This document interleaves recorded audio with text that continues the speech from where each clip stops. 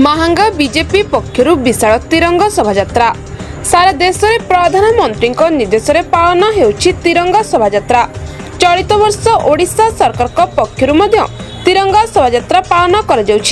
केवल जे सरकारी कार्यालय नुहे बरं समस्त घरे तिरंगा उड़ीबा सह उत्साह सहकारे स्वाधीनता दिवस पालन करने को देशवासी को आह्वान देइछन्ति मोदी।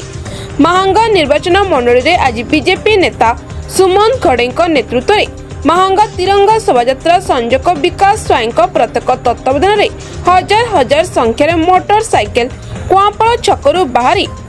एरकणा कल्याण मंडप पर्यंत एक विशाल तिरंगा शोभायात्रा आयोजन करा जायतिला। देशभक्ति संगीत सांगकु भारत माता की जय वंदे मातरम नारे प्रकंपित होइतिला सारा अंचल। केवल जे स्वाधीनता दिवस मने पकाइबाकू एही शोभायात्रा नुहे बरं प्रत्येक भारतीय मन में देश प्रेम जागृत पाई देशर यशस्वी प्रधानमंत्री एक उचित पदक्षेप ग्रहण करिसेंति।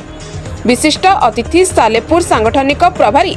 मीनकेतन दास जोगदे पुराना बीजेपी एवं एबेर बीजेपी मध्य बहुत पार्थक्य रहितबा बेले महांगारे बीजेपी आगको बढ़ुछि एवं आगामी पंचायत निर्वाचन में भल फलप्रद करियो बोली कहिसेंति। अन्य मानक मध्य 7 मंडल सभापति एवं सांसद बैजयंत पंडा प्रतिनिधि एवं अन्य युवा और वरिष्ठ बीजेपी कार्यकर्ता माने जोग देथिले। मो नाम मीनकेतन दास, मु भारतीय जनता पार्टी आजीवन सदस्य एबे सालपुर प्रभारी दायित्व अच्छी सांगठन प्रभारी दायित्व अच्छी। मो घर महांगा निर्वाचन मंडली।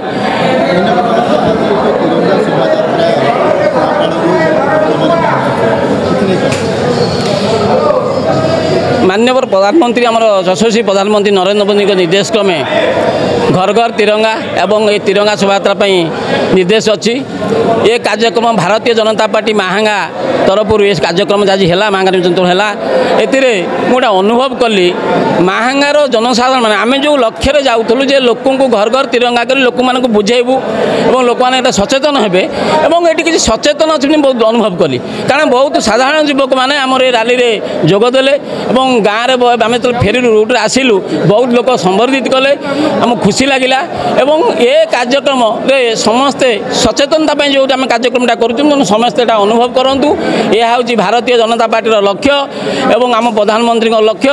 एवं निश्चित हिसाब से साधारण लोक मैंने कथा बुझिला परे आम देशपाई जो मैंने शहीद होती जो जवान मैंने जो मैंने जगी बड़ सिक्यूरीटी कथा कहतु आमर आर्मी कथा कहतु जो मैंने देश में त्याग दौरान विषय में साधारण लोक मैंने जानतु कारण आम आज गाँव हो सहर हो शांति शोचे शांति रही पारुचे खाई पारुचे तेणु ही प्रकृत में समस्ते सालुट मारिबा अवस्था अच्छी जेहेतु से भारत मातार सुयोग्य संतान एवं से भगवान से कार्यक्रम अच्छा तेणु ये सब कार्यक्रम को आम साधारण स्तर में पहुँचापी आमर भारतीय जनता पार्टी प्रयास एवं यह चालू रमती आम प्रत वर्ष करुचु ए वर्ष कलु चालू तिरंगा शोभायात्रा आमर यशस्वी प्रधानमंत्री नरेंद्र मोदी आह्वान क्रमे सारा देश में आम पार्टी तरफ चली से परिप्रेक्षी में महांगा निर्वाचन मंडली में आम एक कार्यक्रम आयोजन करूँ।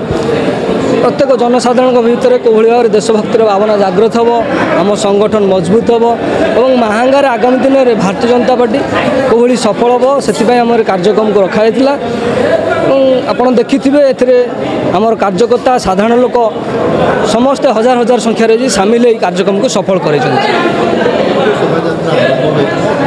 आमर कुआंपाल जो बस स्टाण्ड अच्छी कुआंपाल बस स्टाण्ड बाहरी आमर गोकन ये कल्याण मंडप पाखे आसी पहुँची बर्तमान और कार्यक्रम आमर ये समाप्त कर भारतीय जनता पार्टी महांगारे संगठन को मजबूत करुच्ची एवं धीरे धीरे आपण मैंने देखिए आगामी दिन में आम संगठन आहरी मजबूत हम और ये भारतीय जनता पार्टी निश्चित भाव में सफल हम।